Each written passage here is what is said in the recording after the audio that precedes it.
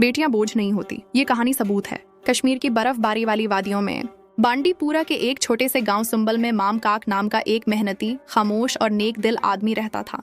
उसकी 5 बेटियां थीं, जुया, महक, रुकैया, हिब्बा और दुआ।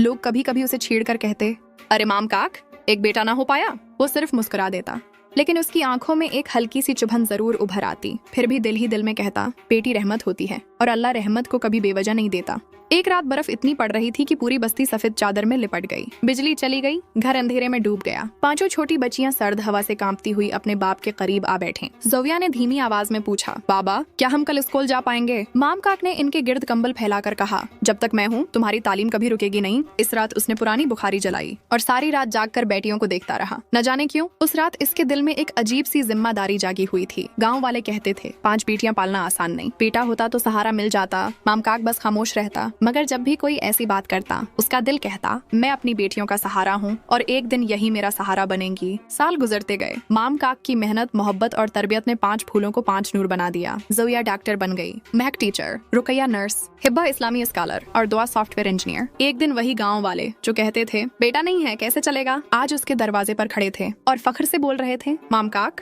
तुमने सच में अपनी बेटियों को हीरे बनाकर पाला है। एक शाम माम काक घर के बाहर बेंच पर बैठा था।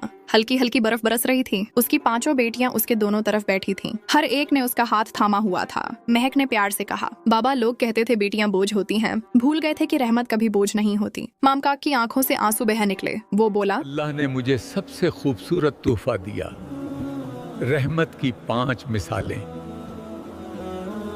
अल्लाह जिसको भी बेटियां देता है उसकी किस्मत में बरकत लिख देता है।